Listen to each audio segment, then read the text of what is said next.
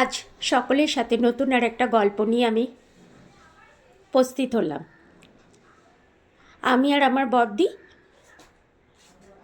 যখন ক্লাস 6-7-এ পড়ি, আমাদের বাড়ির পাশে একটা টিচার ছিল, খুব ভালো পড়াতো, মিনাদি। তো মিনাদির কাছে আমাকে আর আমার বড়দিকে আমার মা পড়তে দিয়েছিল। তো যাই হোক, প্রত্যেক বছর পাশ করি, ক্লাসে উঠি, পাস করি, ক্লাসে উঠি, মারও খেতাম, বদমাইশি করতাম বলে। এমনও হয়েছে যে দিদির কাছে মার খেয়ে স্কেল ভেঙে গেছে। তো যথারীতি দিদি বাড়ি থেকে যাওয়ার সময় বলতো, কাকুকে বলবি একটা স্কেল এনে দিতে। পরের দিন পড়াতে এলে আগে দেখতো স্কেলটা আছে কি না। কী রে, স্কেলটা কোথায়?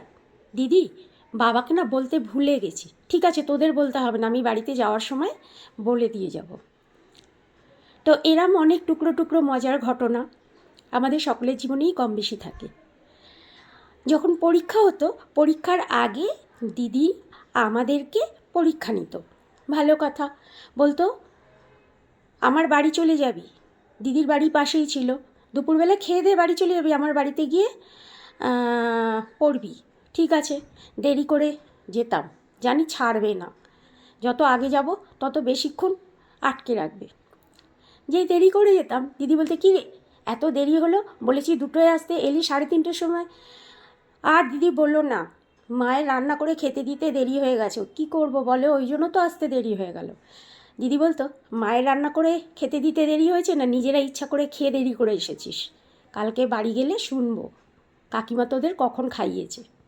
যাক, পড়তে বসতাম। শীতকাল হলে দিদিদের বাড়ির ছাদে পড়তাম, সূর্যের আলোতে পড়তাম। সূর্য অস্ত গেল, বিকেল হলো, বিকেলের পরে সন্ধে হতো। দিদি তখন বলতো, চল, কোথায় যাব, হয়ে গেছে মিনাদি? না, নিচে একতলায় ঘরে গিয়ে আলো জ্বেলে পড়বি।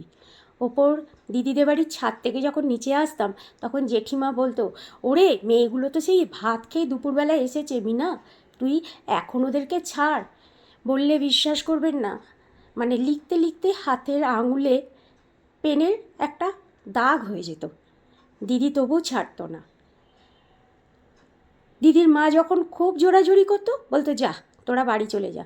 আমি আর আমার বড়দি বলতাম, দেখ সবার না বিয়ে হয়ে যায়, মিনাদির না বিয়ে হয় না, আর যতদিন মিনাদির বিয়ে না হবে না, আমার মা না মিনাদিকে ছাড়বে না।